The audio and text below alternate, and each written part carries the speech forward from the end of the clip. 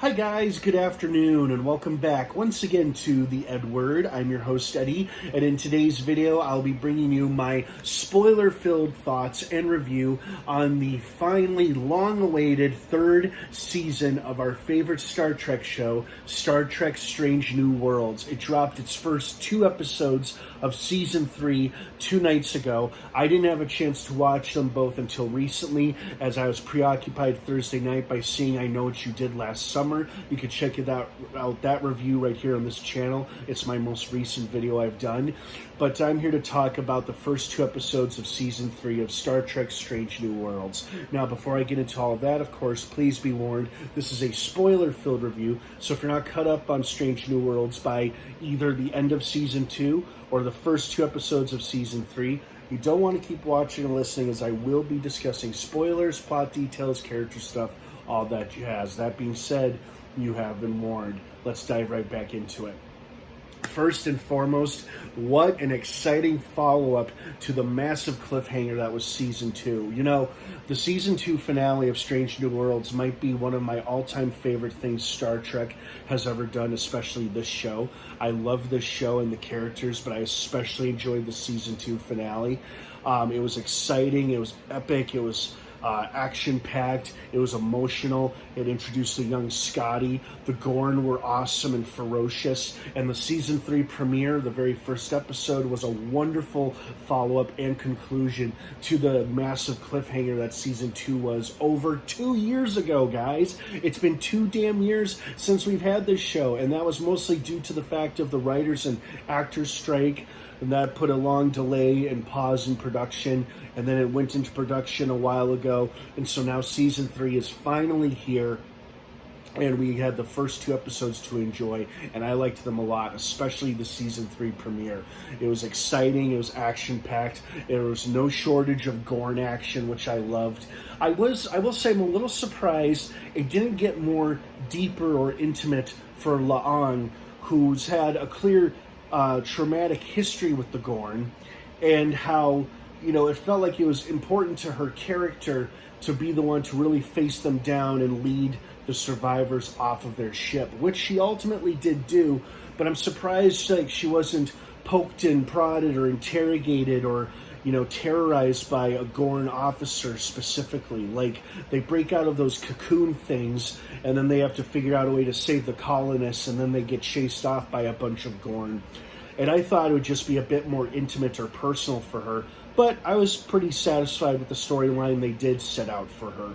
I'm glad Captain Patel was okay. It looks like it was a little unsure there for a while, like, is this really how they're going to kill off Pike's love interest, or is she going to come out of this okay?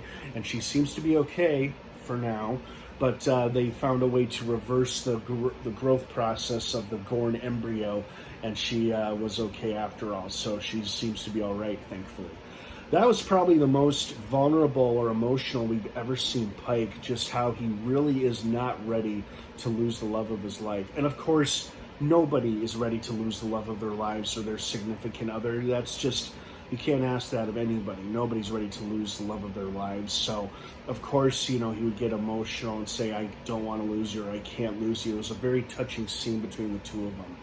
And like I said, it was a great follow-up episode to the Season 2 cliffhanger. What I intend to do now is watch the Season 2 finale again and immediately follow it with the Season 3 premiere, as it's basically a direct continuation of each other. So I really enjoyed it a lot. It was a solid, strong start to a very promising and hopefully exciting new season with other stories and adventures to share with us, the viewers. The second episode was also quite good and significantly much more lighthearted and not as dark as the 2 previous episodes I described, because this was, of course, dealing with a Q. Not Q like we've known him from Star Trek The Next Generation and other Star Trek shows, but this time it was in the form of Taika Waititi favorite Rice Darby, I think his name is, and he did a phenomenal job being annoying and yet, if not threatening, Q, helping Spock fulfill his wish that he and Christine were together. I like how it was the other guy and not Spock who first realized that they were in an alternate reality or something was amiss with this wedding, and then Spock snapped out of it as well too. So that was pretty cool. And I was getting more and more suspicious he was a Q, because whenever he snapped his fingers, something would change. I'm like, oh, he's a Q, so that's got to be a given, right? And then they confirmed it with the arrival of his father. And of course, I can't remember the actor's name, but it was obviously his voice and the big glowing light that was supposed to be the OG Q, which was pretty funny. And then things go back to normal, and then unfortunately for Spock, he's left alone while Christine begins this new relationship with this new man in her life. And I gotta say, it seems kind of dickish of her to tell him at first, let's take a 3-month break, and then she comes back with a new man in her life 3 months later. But, you know what, such is love, so, and relationships, you know, whether it's between humans or humans and Vulcans, that's just something that happens, unfortunately. But I am curious to see how the relationship dynamic will be between them moving forward, if she remains with this guy for long, if at all. But great, solid start to a promising, exciting new season with our beloved crew and cast of characters. And I certainly hope this isn't the end of the Gorn conflict, as I hope we see at least 1 or 2 more episodes this season, or maybe not, dealing with the Gorn conflict, or perhaps they've wrapped up the Gorn storyline for now, and they have new stories they want to tell us, which is just fine too. So I hope you guys enjoyed the first 2 episodes of Strange New Worlds. What did you think of it? I'd love to hear your thoughts and feelings on it. Have a wonderful rest of your Saturday.